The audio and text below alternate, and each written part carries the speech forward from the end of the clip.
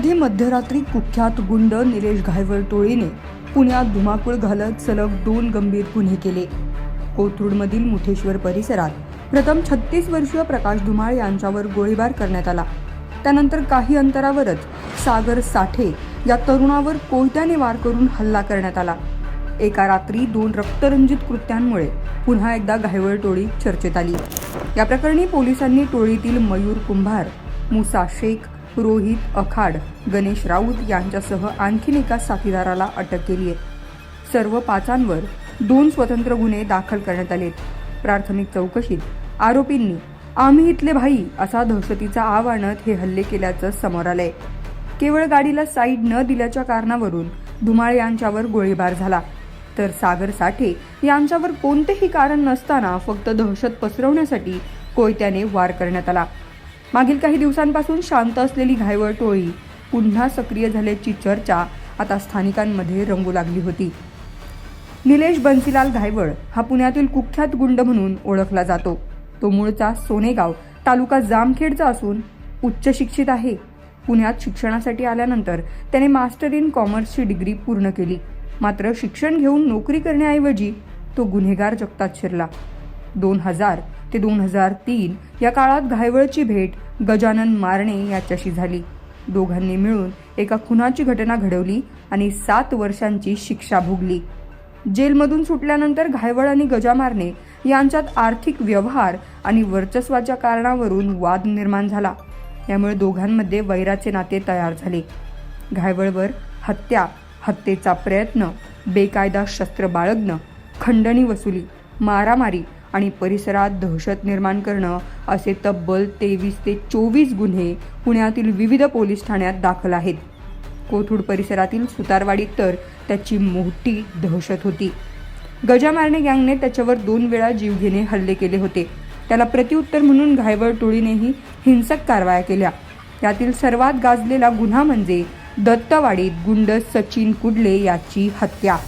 कुडलेचा रस्त्यात पाठलाग करून फिल्मी स्टाईलने खून करण्यात आला। या घटनेनंतर निलेश घायवळसह 26 जणांवर मोक्का अंतर्गत कारवाई झाली। 2019 मध्ये घायवळ जामिनावर सुटला। इतर खटल्यातूनही हळूहळू जामीन मिळवत 2023 मध्ये तो अखेर पूर्णपणे तुरुंगातून बाहेर आला। त्यानंतर तो पुन्हा खंडणी, टोळीयुद्ध आणि विविध हिंसक गुन्ह्यात गुंतल्याचं समोर आलंय। निलेश घायवळ हा ई-कॉमर्सचा विद्यार्थी असून शिक्षण घेत असतानाच गुन्हेगारीकडे वळला। पुण्यातील गल्लीबोळात बॉस या नावाने त्याची ओळख होती। त्याच्या नावाचा दबदबा आजही गुन्हेगारी जगतात चर्चेत असतो। दरम्यान गँगस्टर निलेश घायवळ याने कोथरूडमध्ये झालेल्या गोळीबारानंतर परदेशात पळ काढला। निलेश घायवळ सध्या स्वित्झर्लंडमध्ये असल्याची माहिती समोर आली आहे। अशातच आता पुणे पोलिसांनी घायवळचे रिटर्न येण्याचे वांदे केलेत।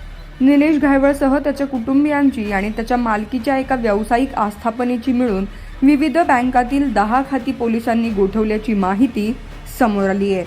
निलेश घायवळच्या या 10 खात्यात मिळून एकूण 38 लाख रुपये असल्याची माहिती मिळाली।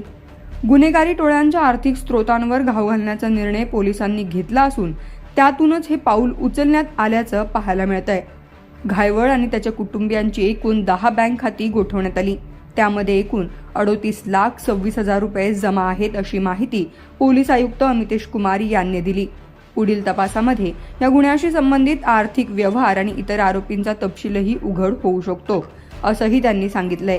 घायवळ सध्या परदेशात असल्याचं पोलिसांनी सांगितलंय, परंतु इतर आरोपींना अटक करण्यात आली असून तपास पुणे पोलिसांच्या गुन्हे शाखेकडे सखोलपणे चालू आहे।